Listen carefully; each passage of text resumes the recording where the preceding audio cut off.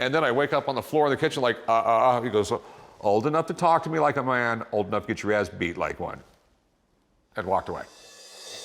So we were talking about your dad earlier. What do you think you most learned from him? Oh, yeah, definitely work ethic. I mean, he went to work every damn day. How many sick days? Well, I mean, I don't really remember, like maybe 1 or 2 a year. I mean, max.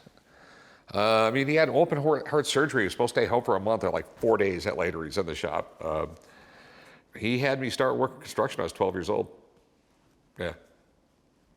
Didn't have a choice. Yeah. And that $1, I think I got $1.50 an hour. Okay. What were you doing? It was like, start off, it was just like demo work and cleaning up and stuff like that. But eventually, by the time I was 13, they had me roofing houses and doing electrical work. There's bundles of shingles, okay? There's a sandwich in a bag. There's a hose, you can get some water for, yeah. I'll be back at 6 o'clock. And then the next morning, I'd drop me off again. And like, I had to roof the whole house myself. It was the worst roofing job you ever seen in your life. I mean, literally, those shingles went like that, but he didn't care it was a rental. Would you ever say no to him? No, I mean, like, no, it's I was making money, you know, I don't know. And correct me if I'm wrong, but you made some comment in your book about how like Saturday mornings were some of your favorite times with your dad. I just like being around my dad. He was like, you know, I was really blessed because most people, you turn like 18, you go to college, you go get a job, you move out or something like that. And you're lucky if you see your parents every couple of weeks. I got to see my dad every day of my life. I saw my dad more than I saw wife, kids, and everybody because I saw him every day at work. So you're 16 and you get the wise idea to say to your dad, F you. Oh yeah, that was one of my greatest life lessons with my dad, yeah. What happens? He clocked me in the face. He just literally, I said, you know, like, you're 16, all that testosterone, like, F you. And he just went like, bam! I mean, he just, and then I wake up on the floor in the kitchen like, He goes, old enough to talk to me like a man, old enough to get your ass beat like one. And walked away. Serious life lesson right there. Words have meaning. I was going to say, did you genuinely at the time took? Oh, I genuinely took that. I'd be like, you know what? That makes a lot of sense. And my face really hurts. Your dad, tough guy. Yeah. Was it the president of MGM got robbed? There was a casino executive, and I guess his house got robbed. And so this is when my dad just had the little buy and sell store on the strip before we had the pod license or anything. And a guy came in and sold him some stuff. I think it was Al Benedict. I think he was like the CEO of the old MGM. And his house got broke into, and you know, my dad bought some stuff off the store. The cops called up like, that's Al Benedict stuff. Da, da, da. And then like a day later, the same guy comes in there to sell some more jewelry. And like, literally, my dad just, I mean, really didn't say anything, just beat the fuck out of him and called the cops.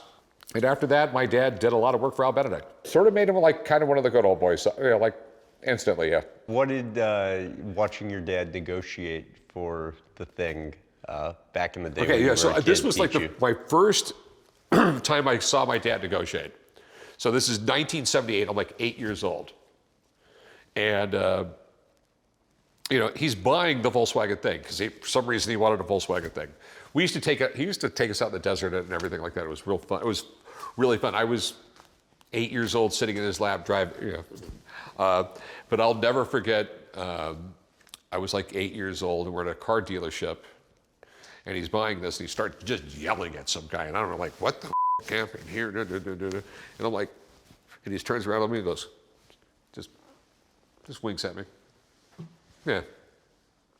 And I'm like, ooh. So, pawn shop. I would imagine one of the positives of it and one of the negatives is working with family, as you were just talking about, you know. I used to say this all the time, like, the best part of my business is working with my family, the worst part is working with my family. What are the pros and cons? Just well, I mean, like, if you're working with... No escaping it, right? Well, you love your family. Generally, you love your family, okay? But then, you know, every business needs a dictator. I mean, like, this is the way it's going to be. It's tough. Like, I've had plenty of cousins and things like that I've fired. But it's just, in general, though, I mean, I loved working with my dad. It was literally, I thought, I had one of the few jobs where I really, of all people, I really loved coming into work. Loved giving me and my dad, we'd give each other shit all day long. We'd get along. It's like working with your best friend. It was amazing. What do you think you learned from your mom? Gosh, that's a tough one. My mom was like the mom that worked all the damn time. But I used to set up the swap meet with her and everything like that when I was young. We worked a lot together. Yeah. What makes it a tough one? Well, me and my mom, we don't get along as a whole lot. But no, love my mom. She's amazing. She gave birth to me. She took me to the hospital all the time when I was a kid. So, you think? I mean, because there was public that you guys got in a spat, or she sues you, whatever. Not normal family behavior, but I guess everybody has their drama. To what extent do you think there's the opportunity to repair that? I'm gonna try. She's got a lot of people. She's got a lot of caretakers and people around her trying to stop that. How do you do it? I don't know. I'll figure it out. Yeah. I just got to get in front of her. Yeah. I'll figure it out.